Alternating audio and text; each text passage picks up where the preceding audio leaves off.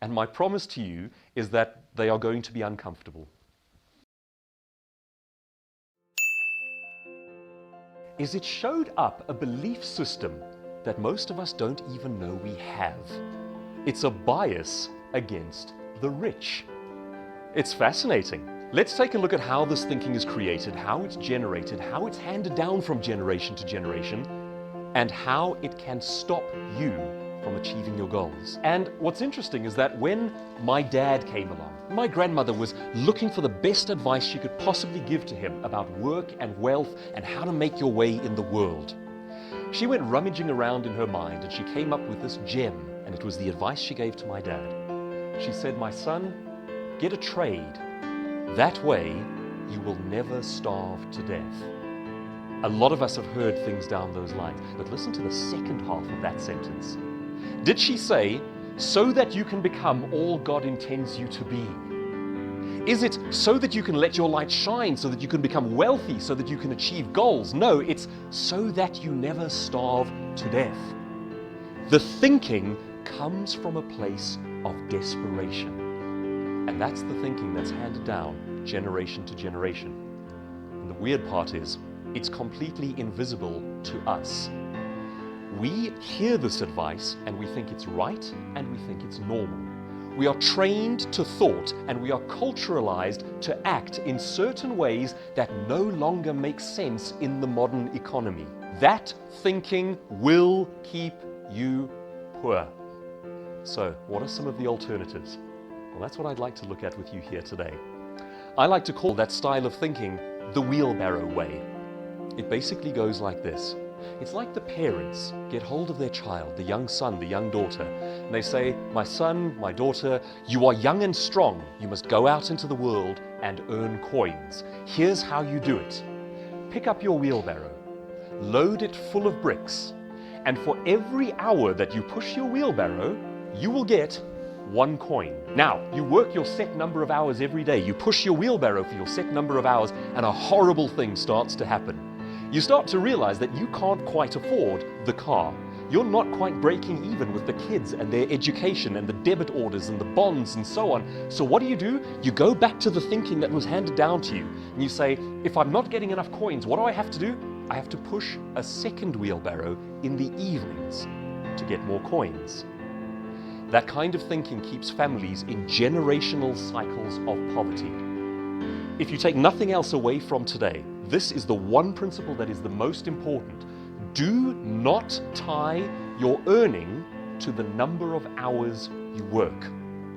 You've got to separate those two. And I'll show you how today. But so long as we think a number of hours equals a number of coins, we are in financial trouble. Because as a human being, you only have so many hours in the day. The wealthy person's epiphany, the way of breaking out of this idea is this. Dump the bricks in your wheelbarrow. Get rid of them. Load your wheelbarrow up with gold. You need to raise the value of your work. Earn more coins per hour, not work more hours in order to get more coins. Does that make sense? Of course, that raises some interesting questions. Like, how the heck do you do that? There are definitely ways of doing it. What are some of the things that our families teach us about work and about wealth and about how economies work? What are some of the things that they teach us? Work hard. There's nothing wrong with working hard. I believe in working hard. But the goal is actually to make money, not to work hard. And there is a very big difference there. The next thing is play it safe. Play it safe. Wealthy people take risks all the time. The middle classes and poor folks take no risks at all. In fact, I heard a phrase the other day that's just been resonating in my mind that says, the middle classes are paralyzed by doubt. They are secure to the point of paralysis. They do not take risks. Here's an obvious thing that has to be said. If you be like everyone else, you're gonna earn like everyone else. If you choose the safe route in life, you are choosing to earn less than you potentially could. So, today I'd like to share with you 8 epiphanies, 8 ideas, 8 ways of overhauling your thinking that have to do with work and wealth. And my promise to you is that they are going to be uncomfortable. I ain't here to make people feel good. But this stuff is massively important. It's important because we are still being taught epiphany number 1. Resenting the wealthy says more about us than it does about the wealthy. Looking back on that time period is the kind of language that my family used around the dinner table. How the other half live when they talk about rich people. Yeah. You know what it's like? It's like rich people are a different species. The way that I'd like you to look at the difference between where you are and wealth is I want you to look at it as a curve. Because if it is a curve, you can move along that curve. You can go from where you are now to your goals. But if you buy into that thinking that says rich people are just a different species, then instead of a curve, there's just a chasm. There's a hole. There is an absolute void between where you are and where you want to be. And if you don't believe that it's possible to move along that transition, you don't act in ways that start to move you there. The starting point in becoming a high net worth individual is the belief that it is possible. Number 2, there are 3 things that money is not. Money is not the root of all evil. Now think about what that belief would do. Money is the root of all evil. Okay, so if I chase it, there's something wrong with me. You can't hold that belief and become wealthy. The two do not work together. The second thing money is not, embarrassing. Wealth simply makes you an amplified version of yourself. So what are you? If you're a horrible person, a rich version of you is going to be a horrible person who's able to do more. If you're a good person who likes to help others, a rich version of you will be an amplified version of that. Around the dinner table as a family, we won't talk about it. No. The middle classes like to talk about how hard we're working. But we never talk about how to earn money or how to lose money. All of the rules of money. You get into the home of wealthy people and that's what they talk to their children about because they think it's important. Money is not embarrassing. We must talk about it. And number 3, money is not finite. It is not a limited resource. If I take some over here, there's less for you. Money doesn't work that way. Work doesn't take money out of a system, it adds it to it. Bring your talent, earn money for yourself. The more you have, the more there is in totality. Number 3, represent yourself. There's a fantastic book. It's called Outliers by Malcolm Gladwell. He talks about the difference between people who fail and succeed in anything. He says, you're taking your child to the dentist. The middle class family will teach the child that the dentist is God. He has studied for 8 years and he knows everything there is to know. You as the child must shut up, sit down, keep quiet, and even if it hurts, don't cry. Just wait for it to be over. Do whatever he tells you to do. Now in wealthy families, they approach the exact same situation completely differently. Driving to the dentist's office, they tell the child, the dentist is your friend. He has studied for 8 years so that he can serve you properly. How's that? Okay? The dentist is a resource that you can use. If you have any questions about your mouth, about your teeth, about anything that you want to know there, you must ask the dentist because it's his job to help you. Take that kind of thinking and amplify it over the next 20 years. Which of those 2 kids is going to do well in life? You've got one who's taught to fear authority, shut up, keep your voice down, don't make waves, and the other one who's taught the world is there for you to utilize. It's all resources. You can use it to your own ends. Imagine the difference that that would make. Number 4, inspired ideas. This is one of my favorites. As you go about building your career, there are the things that you need to do on a day-to-day basis that slowly, gradually move you up that curve toward wealth. From time to time, we get that one inspired idea, that crazy thought, that thing that pops into our heads and we go, what if? And it's those ideas which in one go can add an extra 0 to your income. You must have them, you must act on them. Number 5 is an abstract idea, leaving the ranks of the poor. And I thought to myself, just a mental exercise. If I was stripped of all of the stuff that I use every day, the suit, the car, the equipment, the bits and pieces, the toys. If I was stripped of all of that and just left with my knowledge, my wits, and my education, and put into this scenario, living in abject poverty, could I get back out? Could I get back out and back to my own life? Most of the people around this room are kind of saying yes. Now that's an interesting thought. Let's take that thought one step further. If I had to take a high net worth individual, someone who does drive the Ferrari, the Lamborghini, someone with their own private helicopter, with their own business, whatever the case might be, and I transplanted them into your life, do you think they would be able to get back out? If we say yes to that, then what we're saying is the gap between where you are and where that person is up here. Isn't that a horrifying thought? But at the same time, it represents hope, because it means it can be done. The first thing I do is to physically leave and go somewhere else. Why? Because often in situations like that, the thinking is depressed. When you've had generations of poverty, it's almost impossible to believe it's possible. The thinking becomes depressed.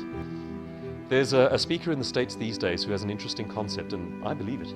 He says, you are likely to be about as wealthy and about as successful as the average of the 5 people closest to you. I'm sorry to ask the question, but apparently those stats bear out, because what happens is we get involved in an ecosystem of thinking, and we all affect one another with our level of aspiration, our level of ideas, our thinking about work and wealth, and we all average each other out.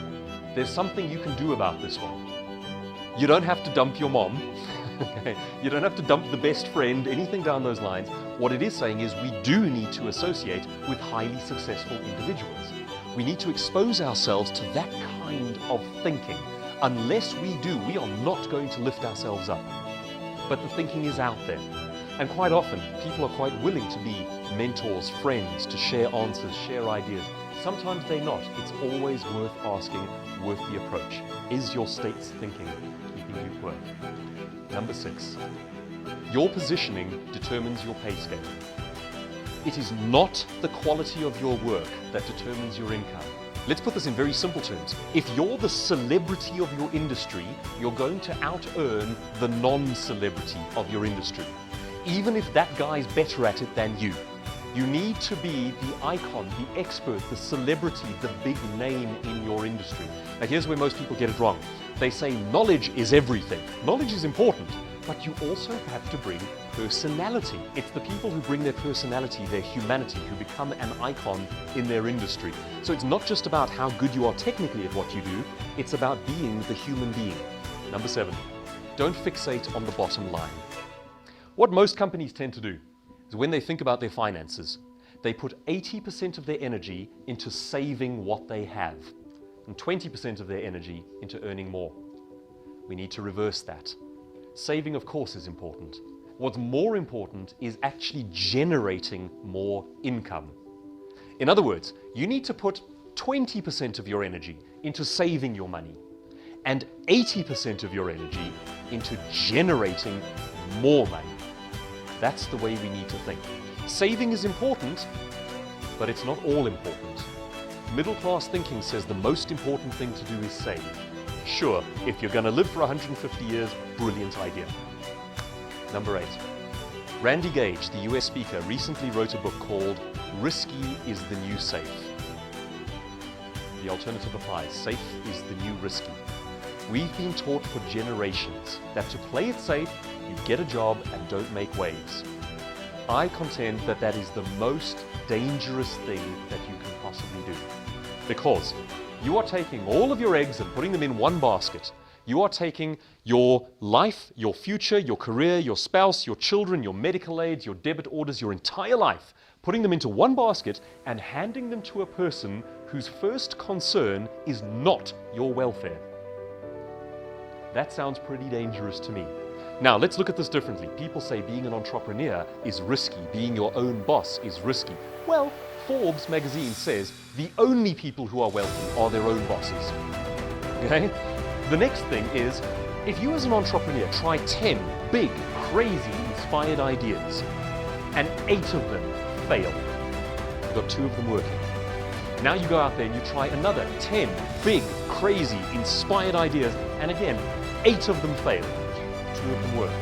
Now you're up to 4 things that are bringing in multiple streams of income, much, much safer. Risky is the new safe.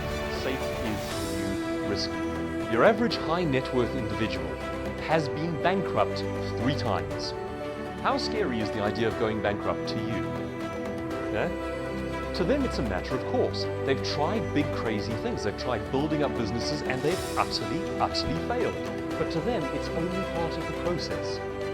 And they do something interesting. And I'd like to invite you to do this. They give themselves permission to fail. Do yourself a favor. Give yourself permission to fail. It's okay. Here's a revolutionary thought. Give other people permission to laugh at you and mock you for trying. Let that be okay. Say, I know my family's not going to understand. I know my friends are going to laugh at me. They're going to tell me this is crazy, you should play it safe and get a job. Give them permission to think that way. Give them permission to laugh at you. Give yourself permission to try and fail. You need the space, you need the leeway. Be kind to yourself. You are not separated from your goals by a number of years. You are separated from your goals by a number of actions. That's completely different. Years are an abstract concept. That's like saying 10, 20 years from now I'll be wealthy. It's not up to years. It's up to you and your actions. That puts the ball back in your hand. That gives you control. That gives you the power. You are not separated from your goals by a number of years. You are separated from your goals by a number of actions. The word is, as a man thinks, so is he. So ladies and gentlemen, don't think poor.